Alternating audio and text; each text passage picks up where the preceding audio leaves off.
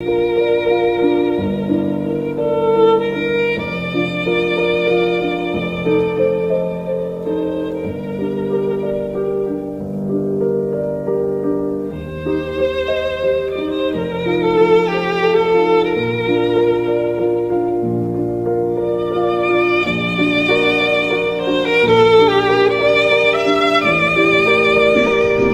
queridos irmãos, é porque eu sou meio agitado, eu gosto de ficar caminhando, sair parado, aqui começa a nascer raiz aqui, igual árvore, não dá. Começo a me movimentar, mas não tem problema não. Se eu me movimentar, eu aumento a voz, não tem problema não. Meus queridos irmãos, muito boa noite. Vou fazer um agradecimento e um pedido ao nosso Pai, pedido ao Mestre Jesus que nos ampare, nos sustente, nos ilumine, a todos nós, para que possamos, ao término da noite de hoje, do estudo, sairmos daqui com uma pequena semente plantada em nosso coração, e que essa semente possa germinar e produzir algum fruto em detrimento da nossa melhora espiritual. Vou agradecer ao Sr. Geraldo aqui à frente, pela carinhosa palavra e acolhida, aos Alexandre e Otiene, que também fizeram o convite, a esposa da Alexandre, aos nossos músicos, que eu cheguei aqui, eu ouvi essa música bonita, a gente já começa a se conectar com Jesus para se preparar. Eu gostaria de dizer que eu estava um pouco preocupado com o tema, né? Porque o Sermão do Monte é um conteúdo muito extenso. E aí eu perguntei para o seu Geraldo quanto tempo eu tenho, ele falou 45. Então acho que 45 dias a gente consegue. Não é 45 dias não? É só 45 minutos então. Eu pensei que fosse 45 dias, eu já estava mais tranquilo. Agora são 45 minutos. Vamos lá. Nosso amigo Geraldo antecipou, né? Nós temos aqui a figura, ele viu o slide antes, ele viu?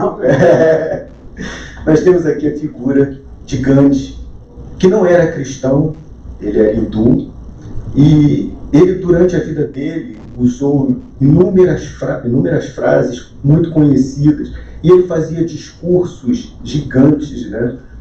Durante horas falando.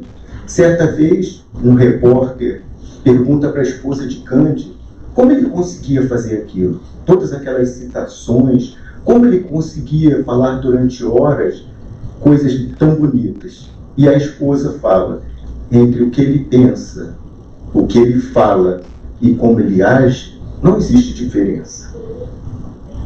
Talvez estejamos ainda um pouco distante desse espírito, e a gente vai ter aqui, mas ele tinha frases como essa daqui que ele usava, não eram dele, na grande maioria eram de grandes pensadores do passado, mas não precisamos apagar a luz do próximo para que a nossa brilhe. De olho por olho e dente por dente, o mundo acabará cego e sem dentes. Parafraseando nosso Mestre Jesus. Viva como se fosse morrer amanhã e estude ou tente aprender como se fosse viver para sempre.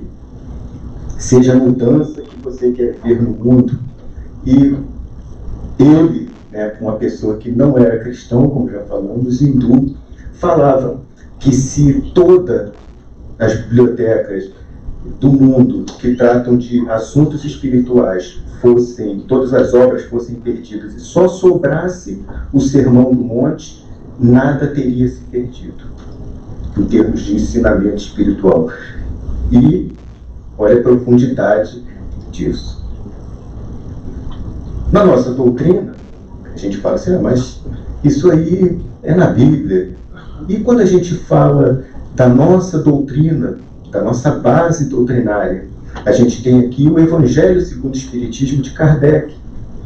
Do Evangelho segundo o Espiritismo de Kardec, dos 28 capítulos que o compõem, pelo menos 15 são extraídos diretamente do Sermão do Monte. Ou seja, mais de 50% de todo o Evangelho segundo o Espiritismo extraído desses 3 capítulos que a gente vai falar aqui agora.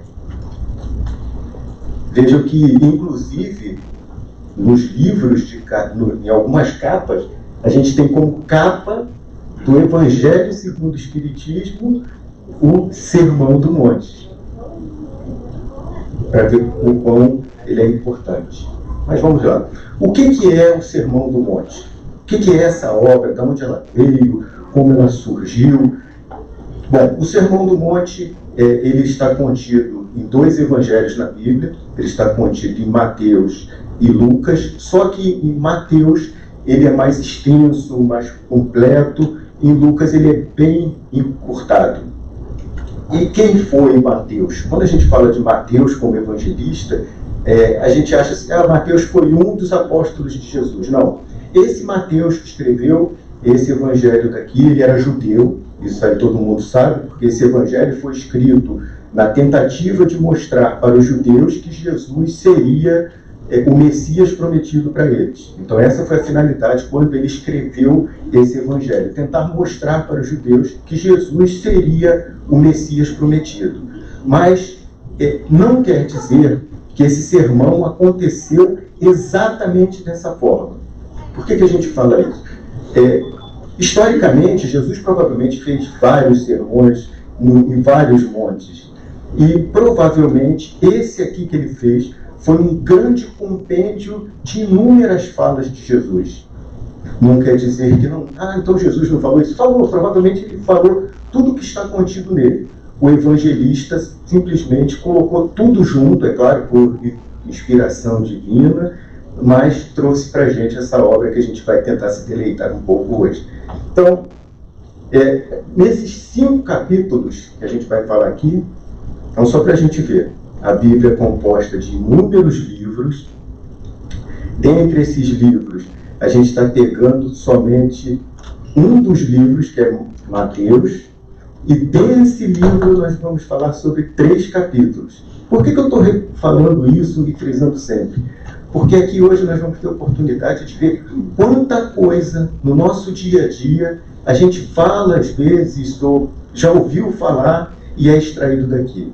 Provavelmente, dentre nós aqui, inúmeras pessoas já assistiram estudos de um desses tópicos aqui. Eu, por exemplo, já fiz alguns estudos aqui, por isso que eu brinquei sobre 45 dias, mas eu já fiz vários estudos aqui, por exemplo, Pai Nosso, Tesouros no Céu, Dois Senhores, A Porta Estreita, Não Julguem, em um dia. E aí hoje a gente está aqui para falar em 45 minutos sobre todos eles. Então tem bastante conteúdo. O Sermão do Monte, ele inicia com algo que é para nós assim, de grande importância, né? Não é à toa que é o pontapé inicial, as bem-aventuranças. Todo mundo já ouviu falar sobre as bem-aventuranças. Bem-aventurados quer dizer os felizes, né? Mas essa felicidade aqui não é a felicidade como a gente compreende hoje. Essa felicidade aqui, no grego, ela é originária da palavra makarios, que queria dizer aquela sensação de felicidade por pertencer a Deus, a felicidade espiritual. Diferente daquela felicidade de alguém que acerta na loteria, por exemplo. E isso aí eles tinham outra palavra, e quando foi traduzida posteriormente virou tudo felicidade. Mas essa felicidade que Jesus fala aqui é a felicidade daqueles que estão próximos a Deus, felizes com estar próximos a Deus.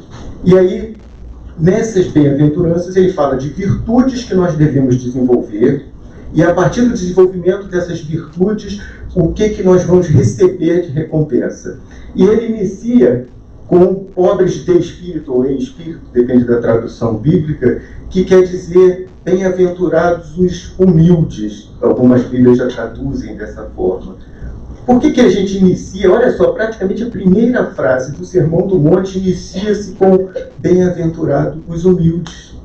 Porque a gente só aprende alguma coisa se a gente tiver a humildade de aceitar que a gente não conhece ainda. Se a gente parte do pressuposto que nós já temos todo o conhecimento suficiente para a gente nunca vai se abrir para conhecer nada.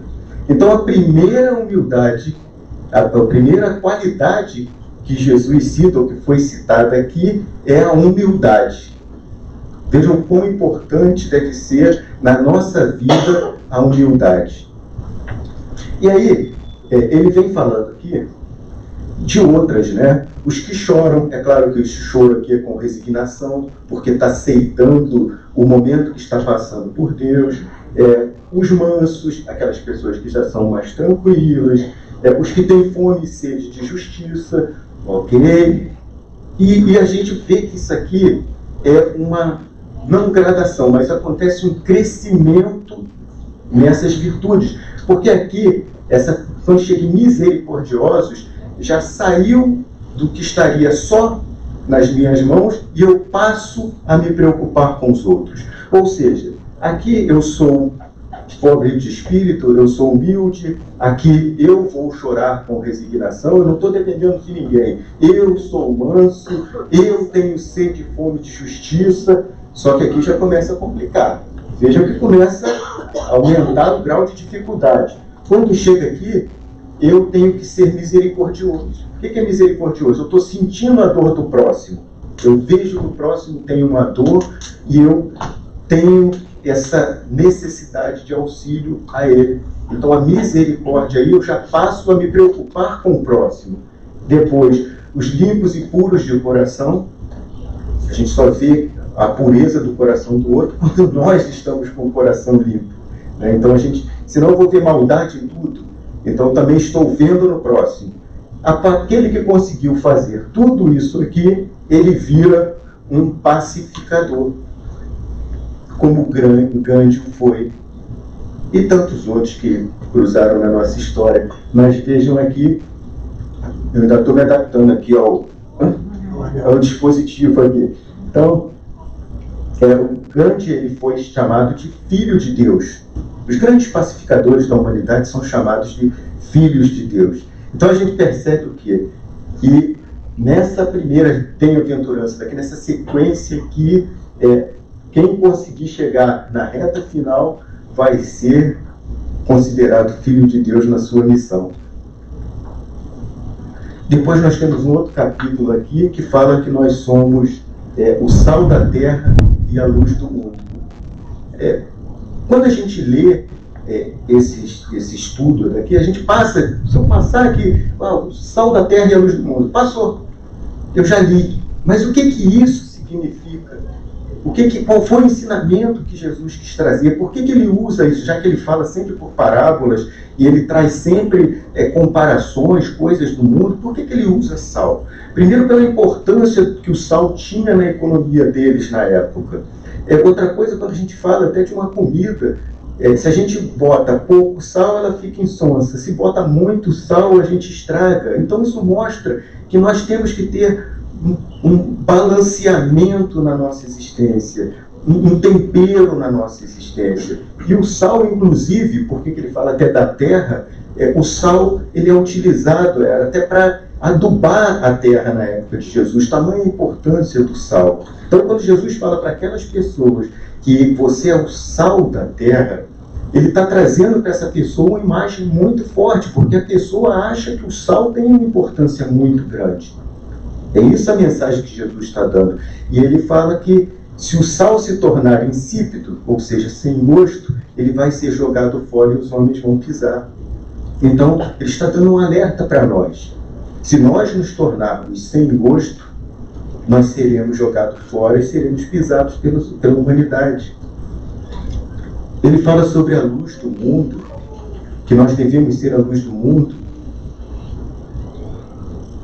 E ele fala que a gente não deve pegar uma lamparina, ela não foi feita para colocar embaixo da cama, porque a luz dela é feita para iluminar o ambiente que nós estamos. Então, onde quer que estejamos, a nossa luz tem que iluminar o ambiente.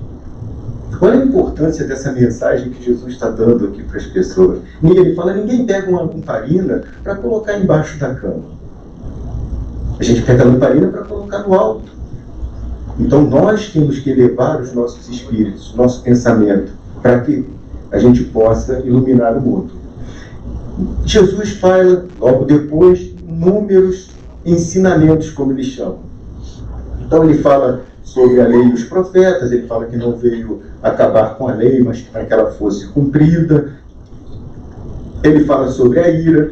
E aqui está essa imagem do Hulk, por quê? Porque o único local que a ira deu certo foi na Marvel, né? Porque quando ele está irado, ele vira Hulk, né? Então, é o único momento em que a ira realmente resolve é na Marvel. Na nossa vida, no dia a dia, a ira não vai trazer resultados. Então, nós temos que nos controlar para não chegar nesse ponto. É esse o ensinamento que Jesus traz referente à ira. Ele fala sobre traição. Olha quantos temas Jesus está trazendo, inclusive naquela época já. Ele fala sobre divórcio. Aí, poxa, mas Jesus falou sobre divórcio? Falou. Ah, mas então Jesus aceitava a separação da família?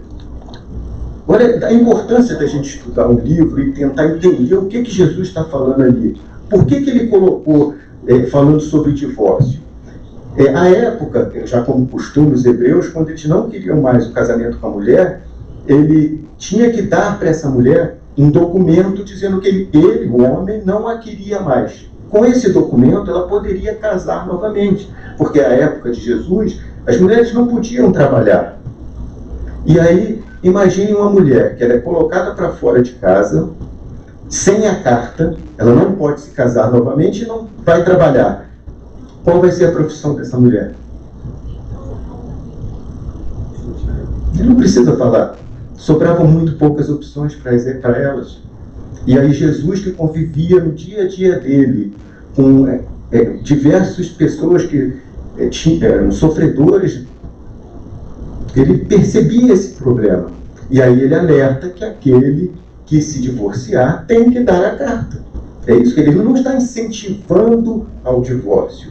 Ele está tentando acabar com uma situação que já estava acontecendo, que estava prejudicando as mulheres. Juramento, as pessoas que na época de Jesus ficavam jurando por qualquer coisa em vão. Ele fala aqui nessa parte é bem interessante, porque ele está falando aqui sobre a vingança. Então aqui tem, nesse trecho específico, aqui a gente vê aqui a outra face. Como é que a gente entende a outra face, né? Se alguém te bater na face esquerda, na face direita, dê a outra face. Então, mas o que Jesus está querendo dizer aqui com a outra face? É isso, literalmente.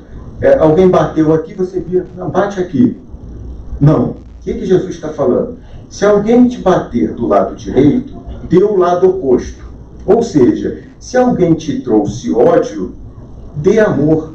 É isso que ele está querendo dizer. É o lado oposto. Eu estou recebendo uma coisa e entrego o lado oposto. Tanto isso não é literal, que Jesus, certa vez, ele estava sendo interrogado e é questionado a ele o que ele andava falando nas sinagogas, e ele fala, olha, eu falo abertamente nas sinagogas, eu não tenho nada a esconder. Se você quer saber, pergunte ao povo, porque eles me ouvem. E o soldado que estava próximo dá um tapa na face de Jesus. E aí ele pergunta, por que você me bateu? Se o que eu estou dando testemunho é verdade. Ou seja, ele não deu a outra face e falou para o soldado, bate aqui agora na esquerda. Ele fez o soldado raciocinar no que ele estava falando, e falou com amor. Ele não deu ódio, não entregou ódio para a pessoa. Ele falou isso com amor. Então a outra face aqui significa isso. Aqui, outra interessante, né? Se alguém te obrigar a caminhar uma milha, vá com ele 2. Ué, como assim? Se alguém te obrigar a carregar uma milha, sim, havia uma lei do imperador Tito, à época, que o soldado romano poderia obrigar qualquer judeu a carregar sua bagagem por 1 milha. Porque eles viviam em guerra, então o soldado cansado, ele tinha o poder de pegar qualquer pessoa do povo e falar, leva minha mala por 1 milha. E aí Jesus fala, se alguém te obrigar a caminhar 1 milha, vá com ele 2. Porque a primeira milha que essa pessoa estava andando era obrigação. Ou seja, ele não estava fazendo nada por aquela pessoa. Se ele for 2, ele estava fazendo alguma coisa por ela. Veja uma diferença. Quando a gente lê isso, simplesmente, se a gente passar ali, se alguém te chamar para andar vá 2 milhas, sem entender o contexto da história, a gente não consegue compreender o que Jesus está trazendo para a gente. Ele está mandando, seja importante para alguém. Faça alguma coisa para alguém. Alguma coisa a mais do que você precisa fazer. É essa mensagem que Jesus está trazendo aqui. Se alguém te processar, entregue para ele a túnica. Eles tinham a túnica e a capa. A túnica era a roupa de baixo que eles usavam no dia a dia, dentro de casa. E essa capa, que era a coisa que colocava por fora deles, que era todo o status que ele tinha. Isso não podia ser nem demandado judicialmente. E Jesus, se alguém te processar, dê a roupa de baixo. Então Jesus está mostrando para ele, dê sempre mais do que você precisa, tudo que ele traz aqui. Aí, não só Jesus fala sobre vingança, né, quando ele traz todos esses conceitos aqui, depois ele traz algo que para a gente, até os dias de hoje, a gente fica com isso meio entalado. Como é que eu vou fazer isso? É o amor ao inimigo. Como é que eu vou amar o meu inimigo? Jesus não manda conviver com ele. Jesus manda que a gente não odeie. É só a gente orar pelo nosso inimigo. Porque quando a gente tem raiva de alguém, o único prejudicado sou eu. Como a gente falou ali, a ira, ela só está trazendo problemas para a minha saúde. Eu é que vou ficar estressado, é o veneno que eu carrego, que eu bebo no dia a dia, em pequenas doses, que não vai fazer mal à pessoa. Então o único que está se envenenando com a ira sou eu. E aí Jesus manda, ame o seu inimigo, se liberte disso. No capítulo 6, aí nós temos aqui uma pergunta para esse grupo, e eu acho que vai ser fácil, né? A gente viu ali, no anterior, aquela época que a gente passou muito rápido, mas Mateus, no capítulo 5, ele fala assim: brilhe a vossa luz diante dos homens, para que vejam as boas obras e louvem o Pai que está nos céus. Isso está no 5, capítulo 5. Quando a gente chega no capítulo 6, aí está escrito: tenha cuidado de não praticar suas obras de justiça diante dos outros para serem vistos por eles. Se fizerem isso, vocês não terão nenhuma recompensa do Pai. Ué? No 5 ele fala: brilhe a vossa luz diante dos homens, para que vejam as vossas obras e louvem o vosso Pai. Aí no 6, será que ele mudou de ideia? Quando ele falou no capítulo 5, aí quando ele chegou no capítulo 6, ele mudou de ideia. Ele falou: não, agora não é mais para aparecer. Como é que a gente consegue compreender isso aqui? Parece totalmente antagônico, né, uma coisa da outra. Vamos chamar a atenção aqui para um detalhe. Aí fica fácil da gente entender. Brilhe a vossa luz. A gente está falando de luz. Diante dos homens, para que vejam as boas obras. Então ele está falando que brilhe a vossa luz, para que eles vejam a sua obra. Ok. E aqui, tenha cuidado de praticar as suas obras de justiça. O que é obra de justiça? É caridade. Tenha cuidado para não praticar suas obras de justiça diante dos outros para serem vistos por ele. Ou seja, o que Jesus está falando aqui é que a gente tem que ter cuidado ao fazer caridade. A caridade não é para ser colocada na mídia. Olha, eu estou fazendo caridade. Aqui ele diz que faça a sua caridade para que a sua caridade, a obra, o resultado do que você fez seja visto. Então aqui ele está aconselhando: faça as obras para que essas obras sejam vistas e glorifiquem o Pai. Ali ele está dizendo: tenha cuidado para que você, como pessoa, não seja visto fazendo caridade. Entendeu? É sutil, mas tem tudo a ver. E aí, o que ele faz? No capítulo 6, nesse capítulo especificamente, Jesus chama 2 vezes os fariseus de hipócritas. Em Mateus, ele chama 3 vezes os fariseus de hipócritas. Nesse capítulo, ele chama 2 vezes. A outra está no Mateus 23. Em que circunstância ele chama de hipócrita? E o que é hipócrita? hoje para a gente tem uma conotação mais pesada, né? Você é hipócrita. Na época de Jesus era artista. Então Jesus estava dizendo, esses caras são artistas. Eles estão ali só fingindo, interpretando.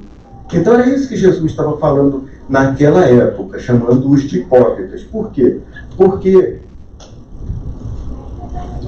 eles entregavam as esmolas, e aí naquela parte de cima, iam para o centro das praças, cheia de moedas para jogar no gasofilácio, que era a área de recolhimento das ofertas, para fazer barulho, para mostrar que eles estavam ali entregando as suas ofertas. Então, por isso que Jesus fala posteriormente, tenha cuidado para que as suas obras, você não seja visto. Quem tem que ser visto é a sua obra, não é você. E aí ele chama eles de hipócritas aqui. E chama novamente na hora da oração. Porque da mesma forma eles iam para o centro da praça para orar em voz alta, fazendo cenas durante o jejum, para se mostrar melhor que os outros. Então Jesus chama-os de hipócrita mais uma vez nas esmolas, chama mais uma vez na oração e durante o jejum. E ele diz que os fariseus, ele fala que, olha, eles se sentam na cadeira de Moisés, então façam tudo o que eles mandam, mas não façam o que eles fazem, porque eles mandam e botam fardos pesados nas costas dos outros que eles mesmos não estão dispostos a carregar. E no nosso dia a dia, o quão hipócrita, o quão artista nós estamos sendo? As nossas obras, como é que elas estão sendo feitas no dia a dia? Será que nós compreendemos essa mensagem de Jesus e colocamos em prática na nossa vida hoje? Jesus ensina a orar também no capítulo 6. Então, ele, antes da oração, que ele ensina para nós, a gente vai ver no próximo slide, eu acho que ninguém sabe aqui, vai ser novidade, a gente pode se preparar, porque é uma oração que ninguém viu, tenho certeza, ninguém nunca ouviu essa oração que segue depois.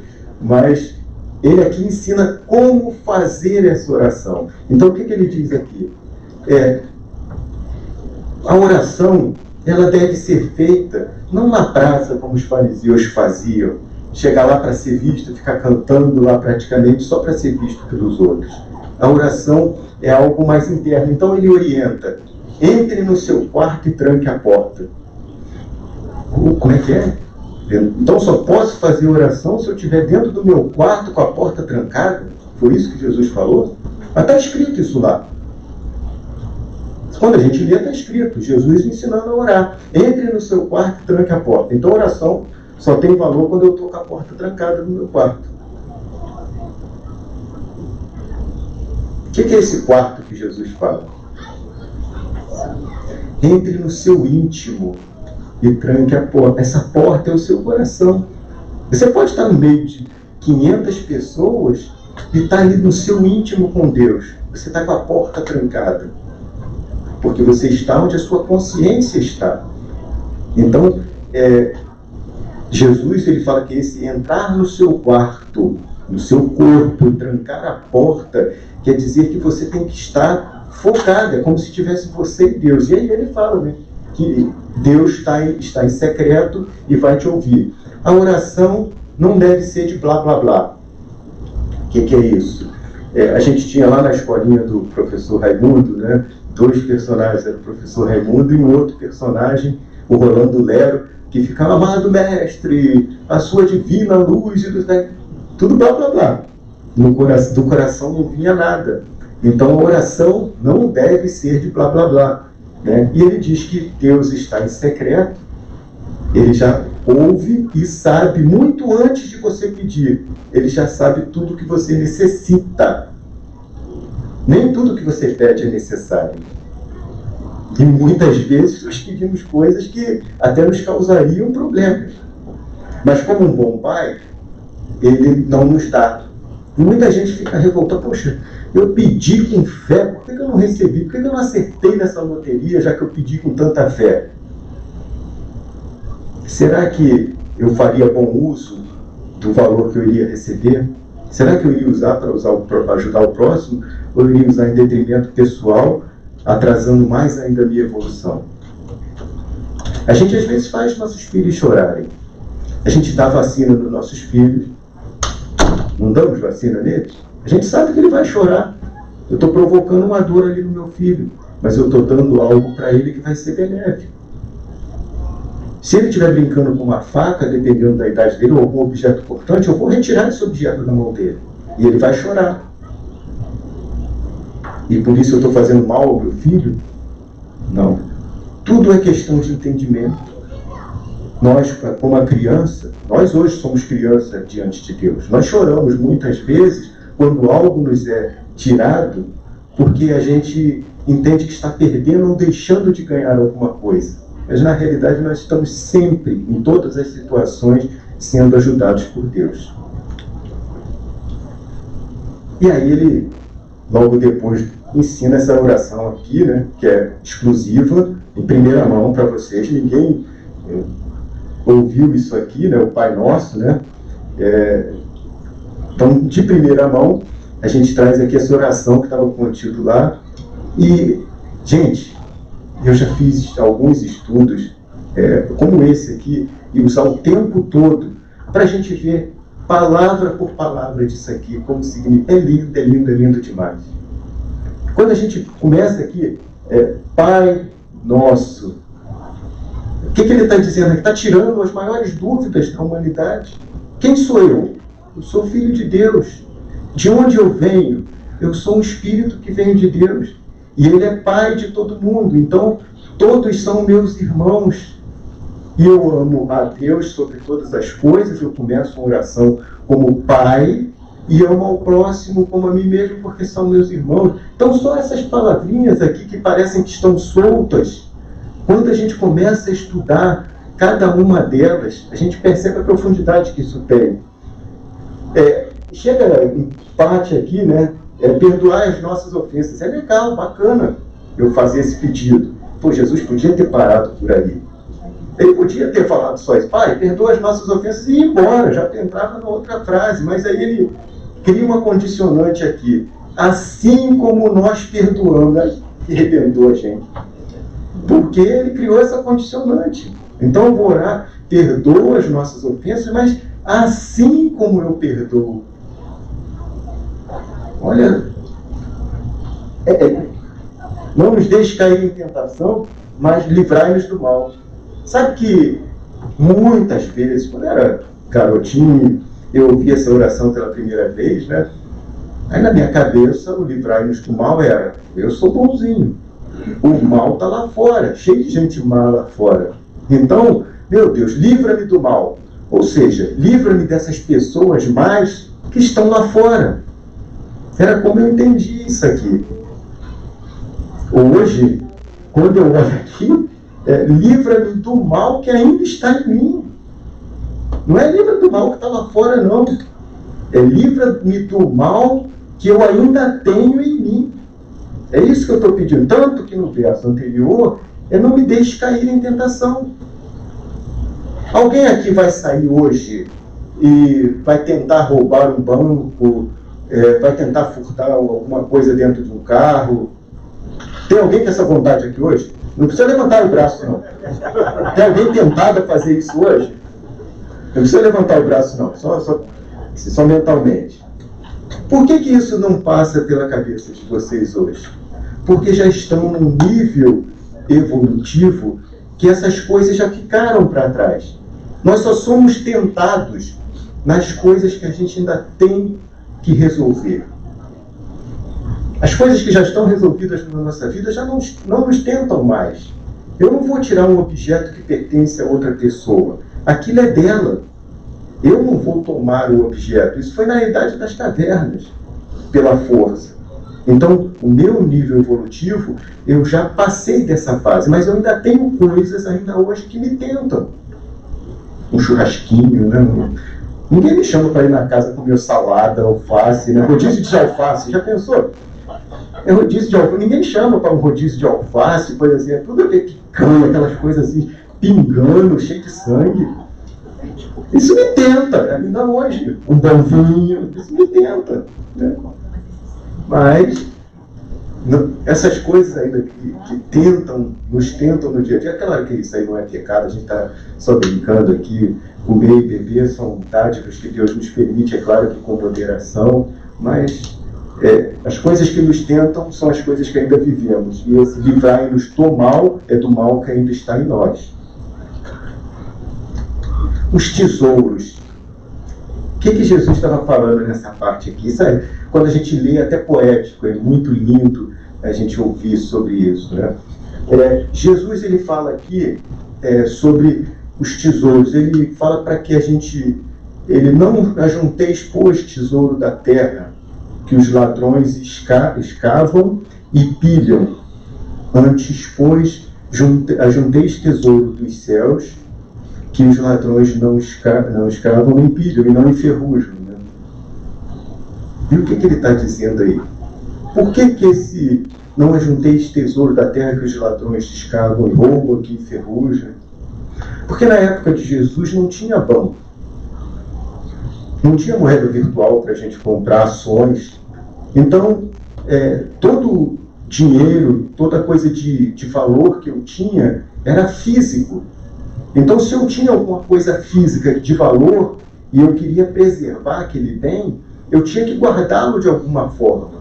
E a forma mais usual de guardar era enterrar, para esconder. Então, quando Jesus fala que não ajunteis, pois, tesouro na terra, que os ladrões escavam, é porque o local onde eu guardava era o chão. Então, os ladrões iam lá e literalmente escavavam para roubar. Só que ele fala, ajuntem, pois, tesouros dos céus. E qual a diferença desse tesouro daqui para aquele tesouro dali? Esse tesouro daqui é o tesouro material. Aquele tesouro ali é o tesouro espiritual. E vejam que diferença bacana quando a gente fala de um tesouro físico para um tesouro espiritual. Se eu tenho aqui duas barras de ouro, e eu vou dar uma para o Geraldinho. Aceita? A partir desse momento eu só fiquei com uma, porque o Geraldinho já acabou de possuir a outra barra. Ele aceitou. Vejam só. Agora, Geraldinho, eu tenho 2 horas disponíveis. Você quer 1 hora minha? Eu tenho um abraço. Eu vou lhe ensinar alguma coisa. Se eu lhe ensinar alguma coisa, eu vou desaprender o que eu ensinei para você? Não. Normalmente, quando a gente compartilha tesouros dos céus, a gente multiplica. Quando a gente divide tesouros dos céus, a gente não está perdendo. Olha que interessante. A gente está crescendo. Tudo que a gente fala em termos de tesouro dos céus, a gente está falando nisso. Essa hora que eu falei aqui, eu estou perdendo essa hora? Não, eu estou ganhando. O maior beneficiário sou eu nesse momento. Então é uma hora que eu não estou perdendo, eu estou ganhando. Então tudo que a gente fala em termos de tesouro dos céus está nos fazendo crescer. E é por isso que ele fala que aonde estiver o seu coração, ali vai estar o seu tesouro. E o que é o coração que Jesus se refere? É onde está a sua vontade, aonde está o seu foco. O que você está lutando hoje para conseguir? Porque nós somos muito iludidos pela materialidade. A gente acorda e vai dormir pensando no que vai adquirir, no que vai comprar. E aí, o nosso coração está desse lado aqui. Jesus nos convida a colocar o coração daquele lado de lá.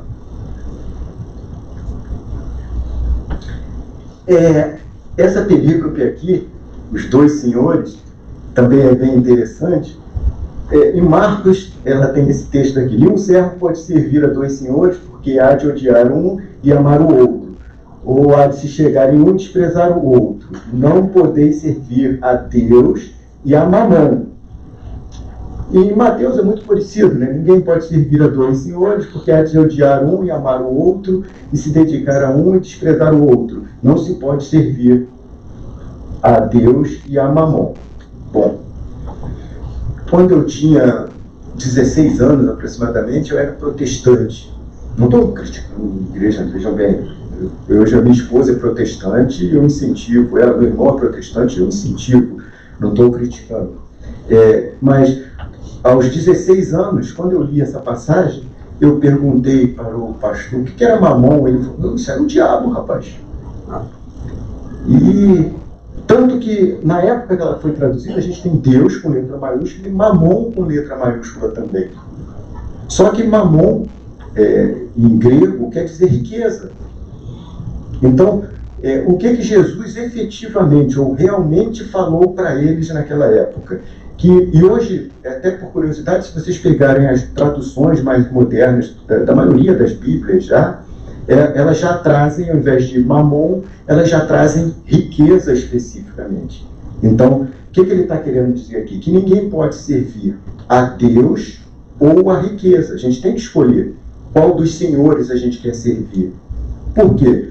Na realidade, um é espiritual e o outro é material. Jesus nos convida o tempo todo a refletir sobre isso. Aonde está o nosso coração? Porque você não vai conseguir colocar o coração e trabalhar com vontade nos dois lugares ao mesmo tempo.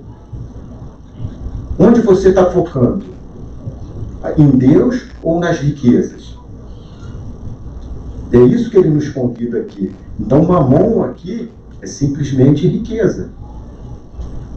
É para a gente tentar, no nosso dia a dia, é claro que enquanto encarnados nós temos necessidades fisiológicas que têm que ser atendidas, mas Deus não nos convida a ficar no ostracismo. Isso a gente vai ver até um pouquinho mais à frente, porque a gente ainda está no slide 15, eu acho que são 55.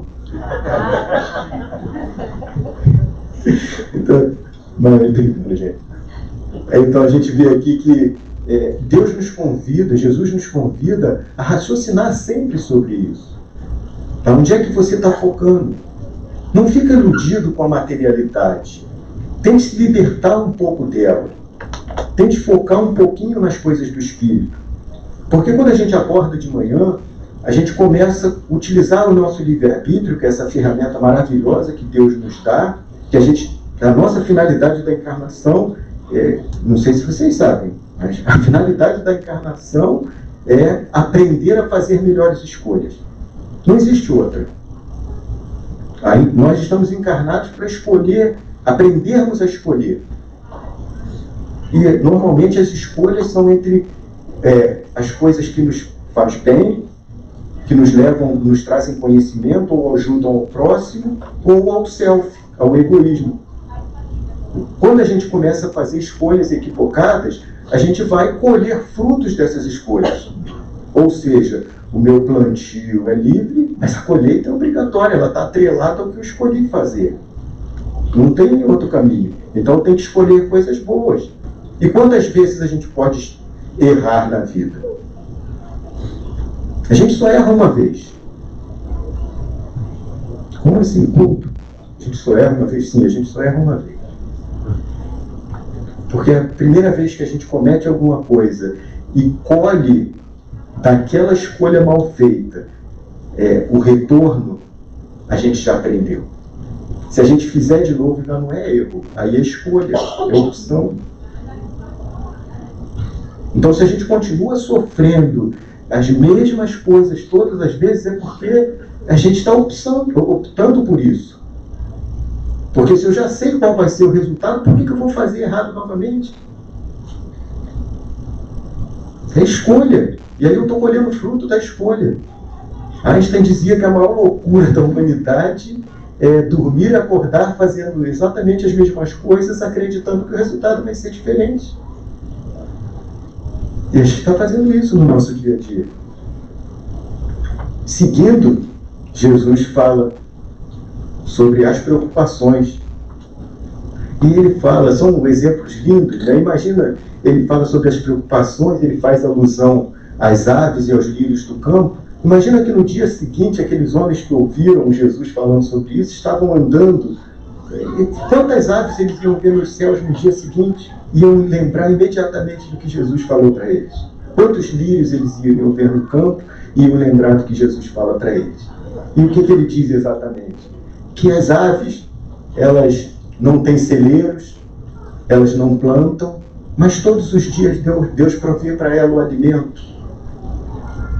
Ele fala que os lírios não tecem, mas são muito bonitos. E ele fala, se Deus prepara assim a erva que amanhã vai ser jogada no forno, quanto mais com vocês. E a gente, se parar para pensar, é a pura verdade. Agora, imagine o seguinte, e ele compara ainda aos lírios, é interessante, que ele compara a Salomão. Ele fala, nem Salomão, na sua época de glória, se vestia como os lírios do campo, bonitos desse jeito. Imagina que aqueles homens dali, eram judeus na sua maioria, conheciam, sabiam que Salomão tinha sido o homem mais rico do mundo. Até hoje, na nossa história, conta que Salomão foi um dos homens mais ricos do mundo. Dizem que ele pediu a Deus a inteligência, né? Ao invés da riqueza, e com a inteligência ele adquiriu riqueza. Só não foi sábio, porque ele teve 1000 esposas. Deus, 1000 esposas. Imagina alguém com 1000 esposas, não pode ser feliz, né, João?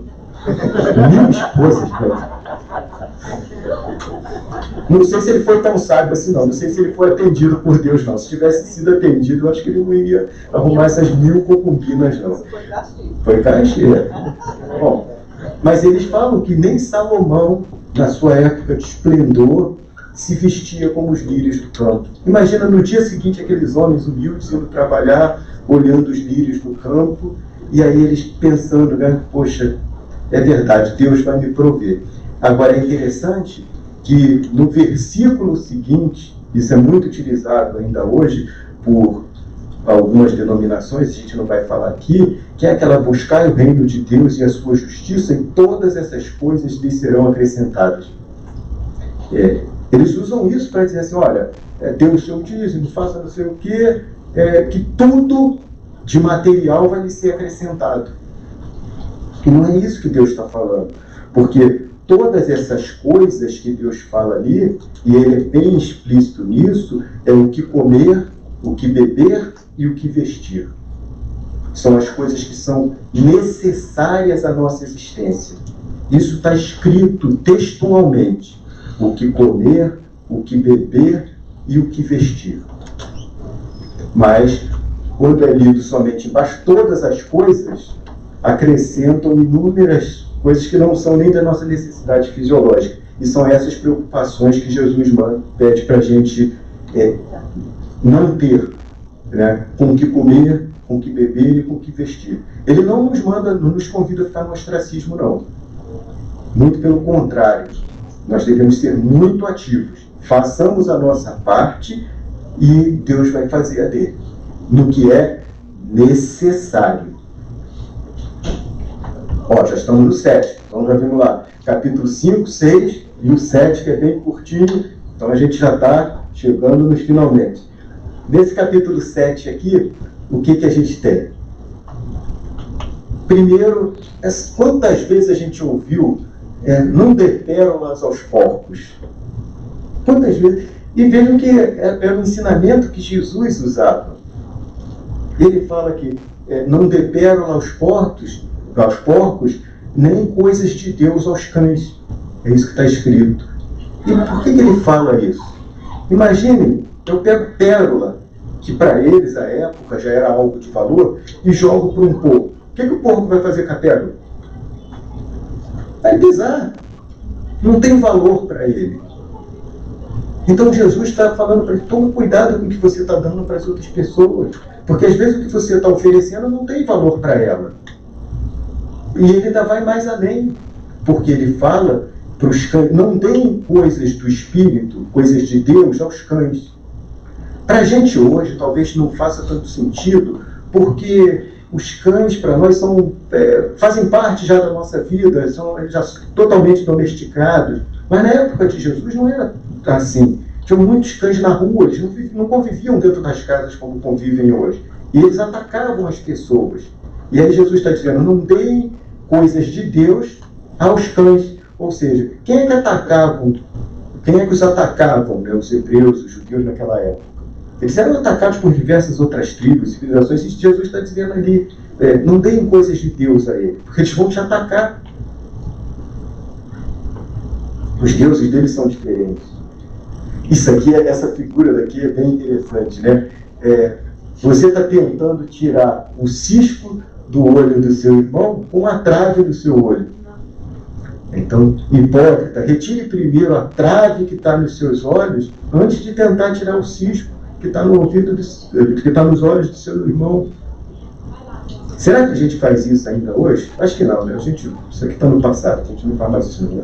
Tentar corrigir o outro cheio de problema nas nossas vidas. A gente já passou dessa parte. Jesus falou para eles, não é para nós. Sobre julgamento. Quem é que vai nos julgar? Quantas vezes a gente acorda julgando a vida dos outros, esquecendo das nossas ações? E aí, Deus está falando lá, olha, você vai ser julgado por você mesmo. Então é aquele cara que está ali do outro lado do espelho é que vai julgar você. Se você olha para outra pessoa, só vê maldade nela, só vê coisas ruins nas outras pessoas, é como você vai ser julgado. Então Jesus nos convida a melhorar o nosso julgamento. E ele ainda afirma posteriormente que com a mesma medida, ou com a mesma régua que julgares, vai ser julgado. Ou seja, você está sendo julgado por você. Então, é esse o cuidado que nós devemos ter no nosso dia a dia em termos de julgamento. Jesus encoraja a oração. E ele fala lá, bata e a porta se abrirá. Mais uma vez, olha como é que eu falo que Jesus não nos convida ao ostracismo em momento algum. Primeiro teve uma ação minha. Eu tenho que ir de porta em porta e bater para a porta se abrir. Porque se eu ficar em casa, a porta não vai se abrir. Quantas pessoas na época de Jesus eram cegos de nascença, coxos, mancos, tinham problemas de saúde e não foram curados por ele? Quantos? Quem foi efetivamente curado por Jesus? Se a gente procurar lá nas Escrituras, as histórias, a gente vai ver Zaqueu, que era o coletor de impostos, que era anãozinho, para ser visto ia do topo da árvore, foi até uma das músicas cantadas aqui na abertura. A gente tinha o deficiente físico, que foi levado por 4 amigos e colocaram ele pelo telhado para Jesus. Nós temos a história do cego, Bartimeu, que quando Jesus passava, o que está acontecendo? O Jesus que está passando, ele começa a gritar igual um louco, até ser atendido por Jesus. Então, todos aqueles que Jesus curou foram pessoas que se esforçaram muito para conseguir aquilo. Não foi ficando em casa, só orando, não. Tem a parte dele também que ele tem que fazer. E é isso que Jesus nos convida aqui, fazer a nossa parte. A preocupação é a nossa parte, principalmente espiritual. Porque não é, vou correr atrás do dinheiro, não é isso. Eu vou correr atrás de me tornar uma pessoa melhor. E aí ele fala, né? Se o filho de vocês pedir um pão, quem de vocês vai dar uma pedra? Se o filho de vocês pedir um peixe, quem de vocês vai entregar uma serpente?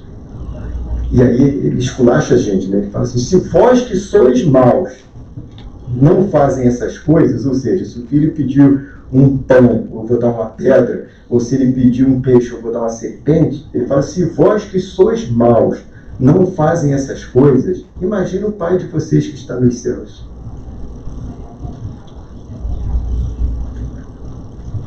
Então, não façam aos outros aquilo que não querem que seja feito a vocês.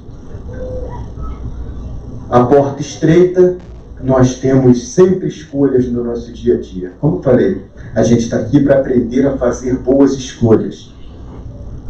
Só que o caminho, como Jesus mesmo fala, que leva à perdição é largo.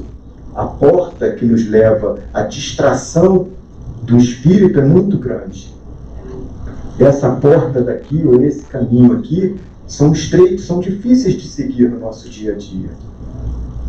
E nós, na matéria, somos muito distraídos, somos muito levados por aqui. Quantas vezes a gente, às vezes, passa horas assistindo intermináveis séries na Netflix,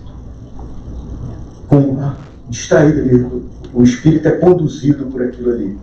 E eu não consigo tirar uma horinha, 30 minutos que seja, para fazer uma leitura edificante. E aí eu quero me melhorar como pessoa, se eu não me dedico, aí fala assim, mas eu não tenho tempo. Como assim? Todos nós temos 24 horas por dia. Deus não fez Geraldo tendo 30 horas e eu tendo 15. Nosso banco é o mesmo, 24 horas. Então todos nós temos exatas 24 horas por dia. Dizer que não tem tempo, a gente tem que mudar isso. Assuma, fala assim, olha, isso não é minha prioridade. Assuma, tem que assumir. Veste a carapuça e fala assim, não, isso não é minha prioridade. Dizer que não tem tempo não existe. E aí a gente tem que se questionar. Em que eu estou usando o meu tempo? Porque eu estou seguindo a porta larga. Mas ele já orientava que o caminho, a porta estreita é difícil. E ele fala que do outro lado, muitos irão falar, né? Olha, eu fiz milagres em seu nome, eu te chamava de Senhor, Senhor. E Jesus fala, eu vou dizer para você que eu nunca te conheci. Porque ele não fazia essas coisas visando Jesus. Ele fazia essas coisas tentando se promover. É a pessoa que quer ser o artista. Infelizmente a gente tem hoje até matérias sobre isso, alguns cantores gospel, a gente pode falar a palavra, que para fazer um show tem milhões para ele ir no local, ele tem milhões de exigências, é um popstar. Ou seja, a estrela não é Jesus, a estrela é a pessoa.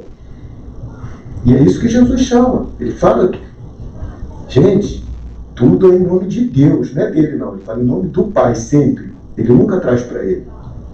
Ele é sempre o caminho, o modelo, nosso mestre, modelo e exemplo. Tanto que ele fala sobre a figura dos falsos profetas, né? O lobo em pele de ovelha.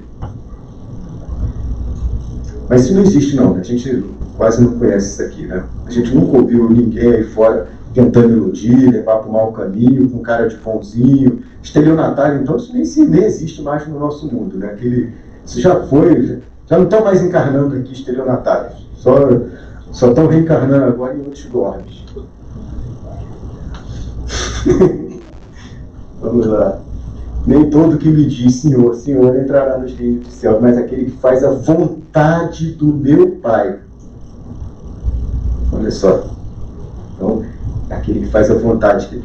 E ele traz isso de Malaquias. É interessante que inúmeros discursos de Jesus, ele traz dos profetas antigos, por isso que ele fala que não vem mudar a lei e os profetas, porque ele usa muito, só que muitas das vezes ele aprimora o texto que as pessoas falavam e traz para o dia a dia essas explicações que aquelas pessoas necessitavam, um entendimento. E aí, esse é o último slide. Esse é o último. Então, vamos prestar atenção nesse slide aqui e a gente termina aqui. Ele é o último, juro para vocês. Os outros 225 eu vou deixar para outro dia. Já que hoje não é 45 dias, são só 45 minutos. Né? Então, Geraldo já falou que voltaria. Vamos lá, então. Porque isso aqui é o fim do Sermão do Monte. Aqui Jesus está terminando o Sermão do Monte. Então ele inicia com as bem-aventuranças.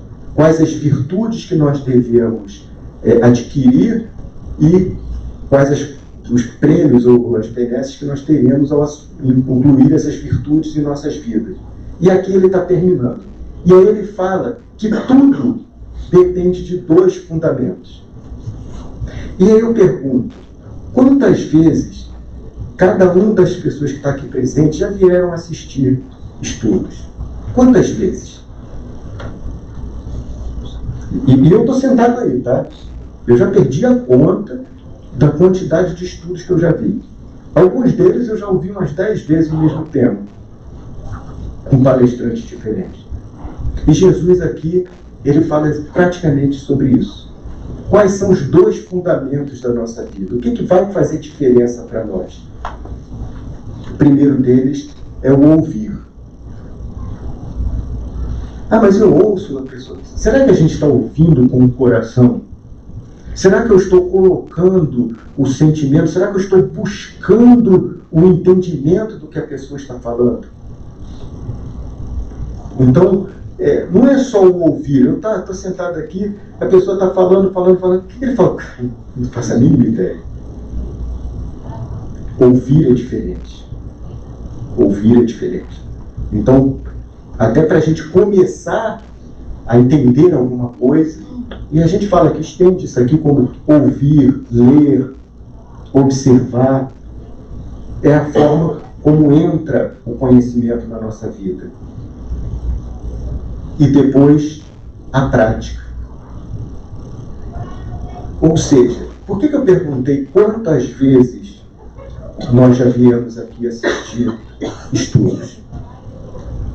Porque a gente chega aqui e são as mesmas coisas que são faladas. Você tem que praticar o bem, você tem que tentar se tornar uma pessoa melhor, você tem que perdoar. Mas quando é que eu começo a colocar isso em prática?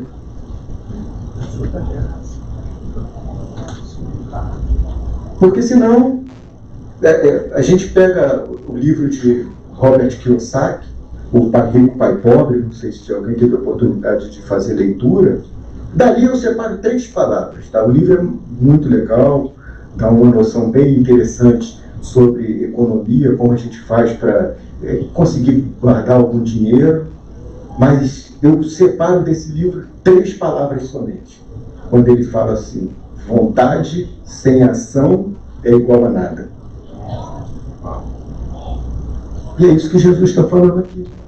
Se você só ouve e não pratica, é igual a nada. Você está no mesmo lugar. E essa prática daqui, aqui nós já temos o pacificador. Não é isso aqui não. Isso aqui eu acho que ainda está... Desculpa, eu estou falando assim, mas estou falando para mim, né? Quando a gente aponta assim, eu tenho um dedo apontado para ele, mas tem 3 voltados aqui para mim. Então, eu estou falando para mim. Eu acho que eu ainda estou muito distante daquilo ali. Muito. Então, qual é a minha prática hoje? É acordar, tá andando com o meu carro na rua, passa aquele irmãozinho, dá aquela fechada assim, né? Dá aquela vontade da gente... Aí a gente tem que tomar de longe, deixa ele passar. Oh, vai com Deus. São essas pequenas coisas, gente. É quando alguém levanta a voz pra gente, vamos respirar. A roupa suja que o filhão deixa. É claro que não é para ficar lá, mas a gente pode falar com mais carinho. Mas eu falo sempre com carinho. E ele não ouve. Eu dou uma sugestão, deixa lá. Faz igual o Gandhi, deixa lá. Quando ele quiser jogar bola de novo, aquela meia nojenta lá no chão. Mãe, cadê minha meia? Tá lá, tá ali. Mas não lavou não, meu filho, esqueci. Aí vai, se eu tivesse botado lá na lavanderia, ela estava limpa. Mas você deixou aí, não teve como. Então tem formas e formas da gente agir, colocar em prática no dia a dia. E aí Jesus, ele dá como exemplo para esses homens, né, a casa edificada na rocha. Porque aquele que ouve e pratica, e Jesus diz que é como a casa edificada na rocha. O que é essa casa edificada na rocha? Na época de Jesus, a gente não tinha alicerce, não tinha ferro para fazer as sapatas, concreto, cimento, não tinha. Então, para a casa ser segura, eles pegavam uma pedra, davam uma desbastada nessa pedra e construía a casa ali em cima. Só que tinha gente na época de Jesus, preguiçoso não é de hoje não, tá, gente? Já tinha preguiçoso naquela época. O cara que rapaz, eu vou desbastar essa pedra toda daí para fazer uma casa, tá maluco? Eu vou fazer aqui mesmo. Aqui já tá retinho, só que era chão. E aí vinha a chuva e levava aquilo tudo. E aí Jesus, que sejam como aqueles que ouvem e praticam, são como a casa edificada na rocha. Pode vir o vento, pode vir a chuva, e a casa vai permanecer. E é isso que Jesus nos convida hoje. Eu gostaria de agradecer mais uma vez o convite do meu amigo Geraldo, me coloco à disposição para os outros 44 dias, né?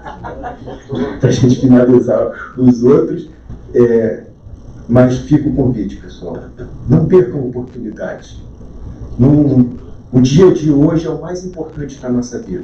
O ontem já ficou para trás, o amanhã a gente não sabe o que vai acontecer. Usa cada dia que Deus dá para a gente como uma oportunidade de fazer algo bom. Em algum momento do dia eu vou fazer alguma coisa boa para alguém. Principalmente para mim. Para mim, para nós. Deus abençoe a todos.